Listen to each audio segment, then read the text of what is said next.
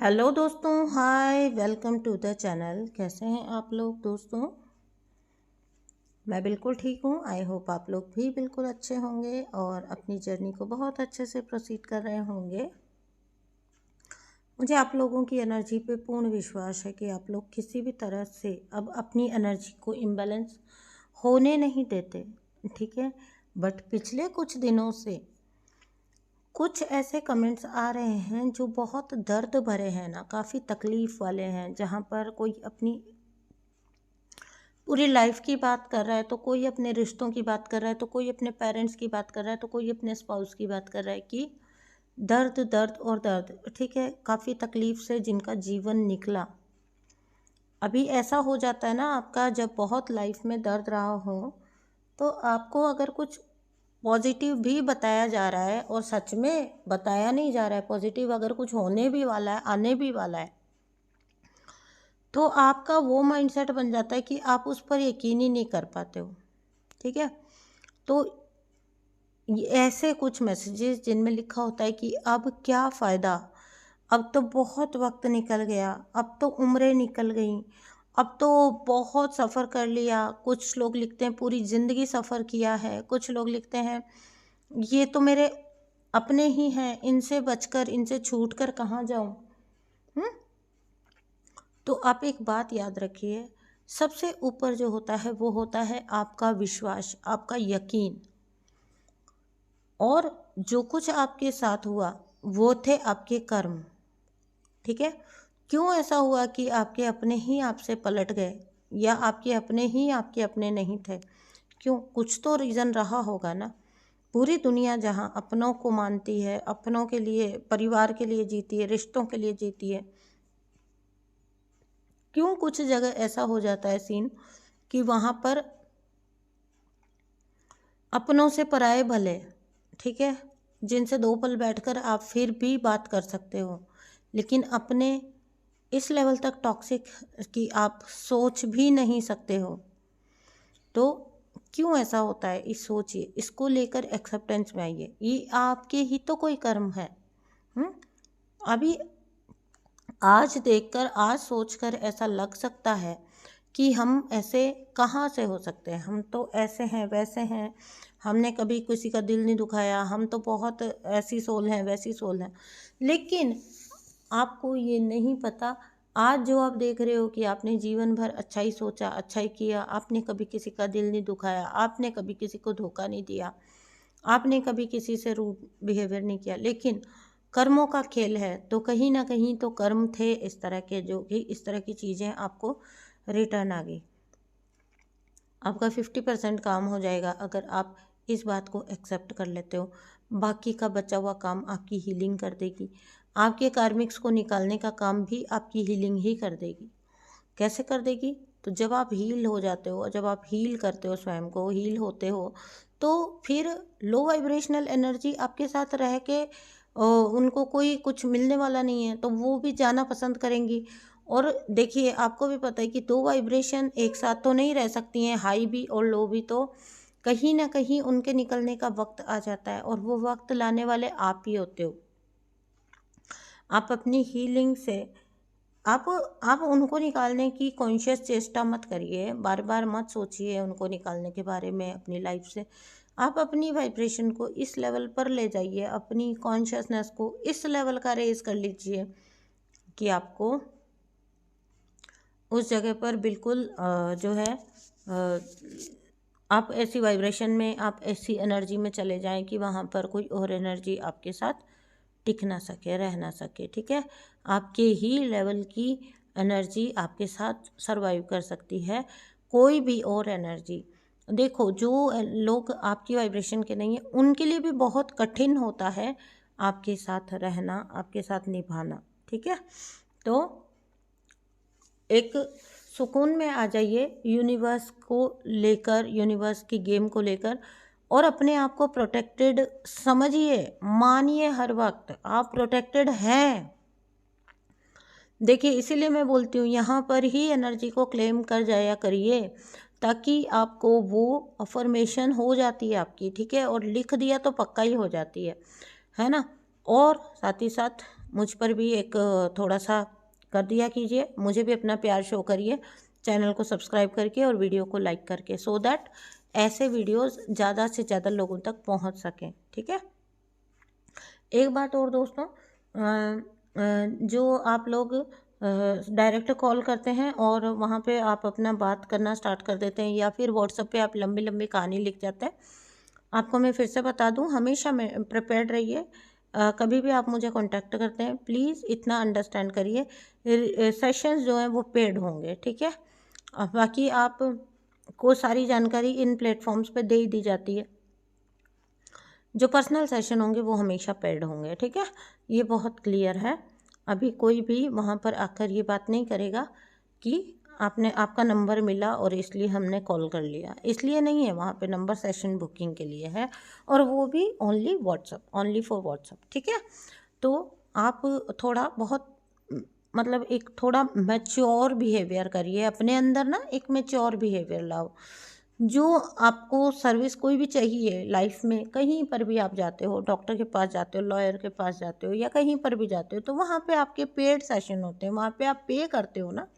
तो यहाँ पर फिर पे करने में क्या दिक्कत आती है? यहाँ पर भी तो आपको हेल्प ही मिल रही है और क्लैरिटी मिल रही है, और ये तो आपका सबसे बड़ी चीज़ है, जो आपकी मेंटल एंड इमोशनल हीलिंग हो रही है। भाई फिज़िकल हीलिंग भी तो इसी से जुड़ी हुई है।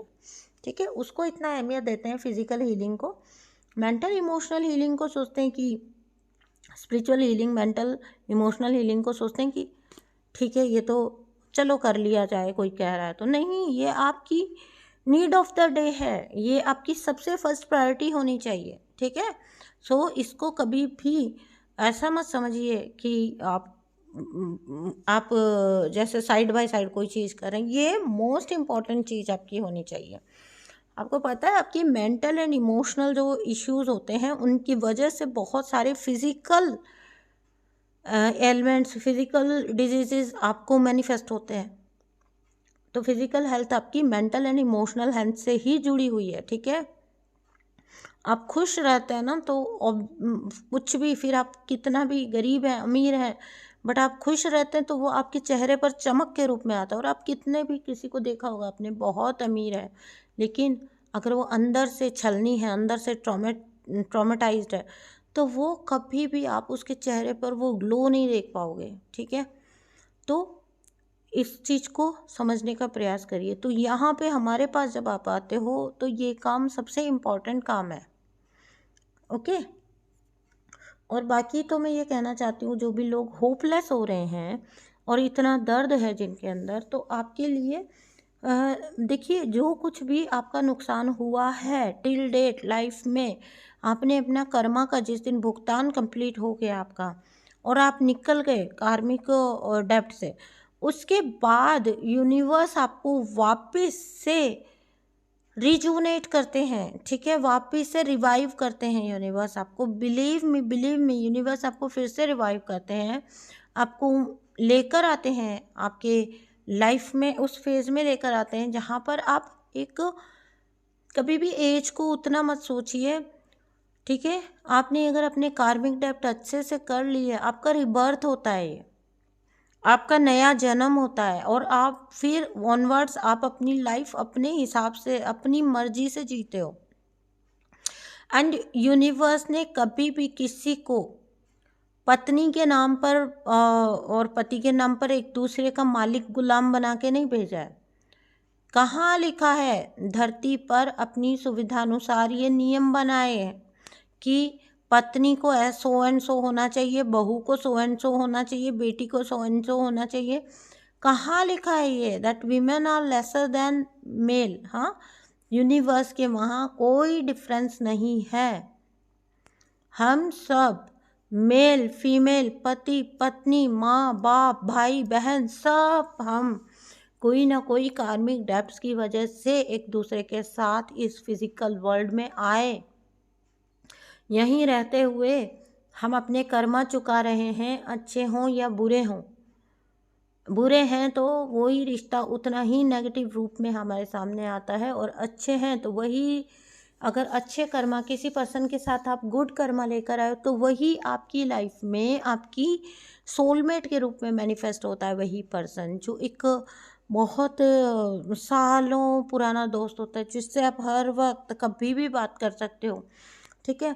जो आपका भाई है, बहन है, एक क्यों ऐसा होता है कि किसी से बनती है और किसी से नहीं बनती है? आप तो सेम ही पर्सन हो ना। फ़र्क क्या है? फ़र्क है जो कार्मिक कॉन्ट्रैक्ट आप उस पर्सन के साथ लेकर आए हो, उस पर्टिकुलर पर्सन के साथ लेकर आए हो, वो डिफरेंस ये पैदा कर देता है, ठीक है। तो जब आप अपने कार्मिक डेप्ट कंप्लीट कर लोगे, प्लीज़ एज को लेकर और उम्र निकल गई उसको लेकर, या अब लाइफ में बचा ही क्या है उसको लेकर इतना वरीड मत होइए, ओके। मेरे क्लाइंट्स में अच्छी खासी एज वाले भी हैं जो कि इतनी वाइब्रेंट पर्सनालिटीज़ हैं कि आप देखते हो तो आप सोचते हो कि यार सच में इन्होंने ज़िंदगी जिया, ठीक है ना। तो समटाइम्स आपको ये समझना होता है कि भाई जो हो चुका उसके लिए रिग्रेट करते रहने से हमारी ज़िंदगी और ज़्यादा, बची हुई ज़िंदगी भी हमारी हैली होने वाली है, ठीक है। तो जैसे कि अभी मून एनर्जी है, तो आपने हीलिंग करनी है। Only and only you focused on your healing. Don't think about your age, don't think about whether you are male और फीमेल। आप मेल हैं, फीमेल हैं, आपकी एज क्या है, आपकी कंडीशनिंग क्या है, सोसाइटी क्या है, आपके आसपास सराउंडिंग क्या है, सब अपने आप पलट जाता है। और ये चमत्कार होते हुए देखे गए हैं। ऐसा होता हुआ देखा गया है। ऐसा नहीं है कि आप सोचें कि अगर सब कुछ नेगेटिव है तो मतलब मेरे लिए लाइफ ख़त्म है। नहीं, वो कुछ सर्टेन आपके कार्मिक डेब्ट्स हैं, जिस दिन वो क्लियर हो जाते हैं वहीं पर ऐसा कुछ होता है, ठीक है। वहीं से आपकी लाइफ की जर्नी एक नए रूप में स्टार्ट होती है, ठीक है। जब आपका dark night of the soul होता है तो भगवान हमेशा आपके साथ होते हैं, लेकिन आपको एहसास ही नहीं होता। आपको लगता है ईश्वर कहाँ है, ठीक है। Dark night of the soul आपको पता है ना कि कैसा होता है।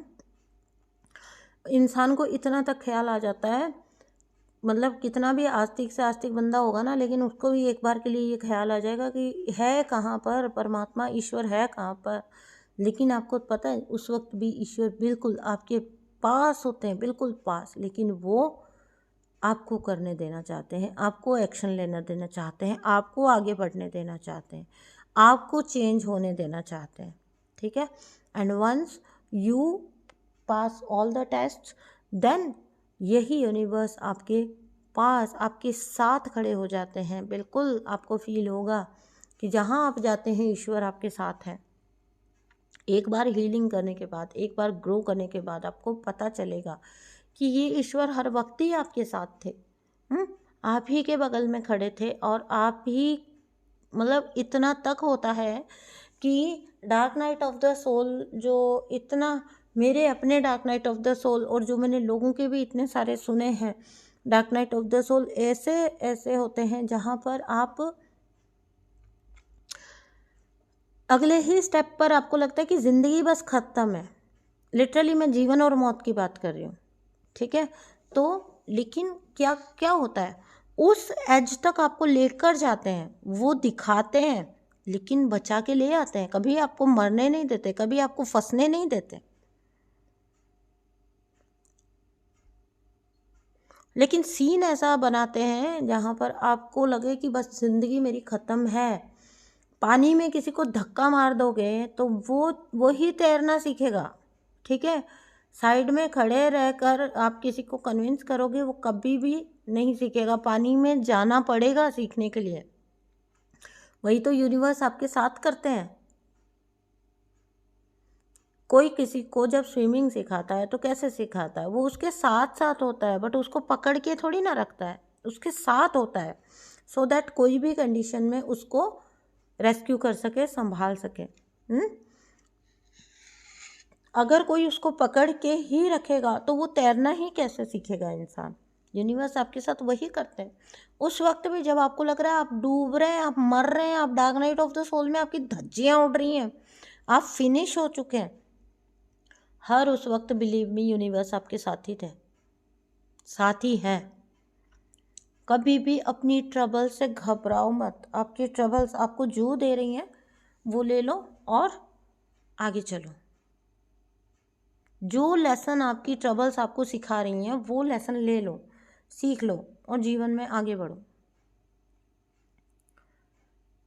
ठीक है, सब कुछ, कोई भी ऐसा नहीं है जो जिसने अपने जीवन में लेसन्स नहीं लिए हैं और वो सीधा पता नहीं कैसे जंप करके ऐसी जगह पे पहुंच गया जहाँ पर से वो फाइनेंशियली भी अच्छा खासा कर रहा है, एनर्जी वाइज भी अच्छा खासा कर रहा है। नहीं, सबके अपने अपने टेस्ट रहे हैं, सबकी अपनी अपनी लाइफ जर्नी रही है। ठीक है, आज मैं हूँ या आपकी कोई और मेंटोर्स हैं, आपको कोई भी इंसान दिख रहा है, इमेंस पेन के थ्रू गुजरे हैं, इमेंस, ऐसा पेन जो लगता था कि कभी ख़त्म ही नहीं होगा।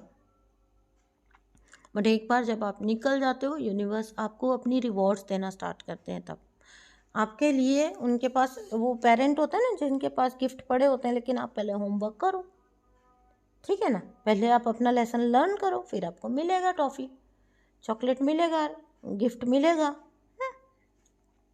तो यूनिवर्स के ऊपर से अपना यकीन कभी मत खोने देना, कभी मत सोचना कि आपने कुछ लूज़ किया है। मैं हर बार पहले भी इन वीडियोस में बोली हूँ और अभी भी बोलती हूँ, you never lose in this journey, you only gain, every pain is a gain. ठीक है, आप में से जो कोई भी इन बातों से अग्री करता है प्लीज़ कमेंट बॉक्स में ज़रूर लिख के जाइए, सो दैट लोगों को भी मोटिवेशन मिलता है आपकी बात से। और कहीं ना कहीं ऐसा करके अपने एक्सपीरियंस शेयर करके, या आप किसी को मोटिवेट करके, या आप और कुछ नहीं तो एनर्जीज़ को क्लेम करके आप अपनी सोल फैमिली के लिए ही कुछ पर्पस कर रहे हैं, जो कि आपका एक सोल पर्पस का पार्ट भी होता है। एक से दूसरे को हाथ पकड़ के आगे लेके जाना भी आपके सोल पर्पस का ही हिस्सा होता है। ठीक है।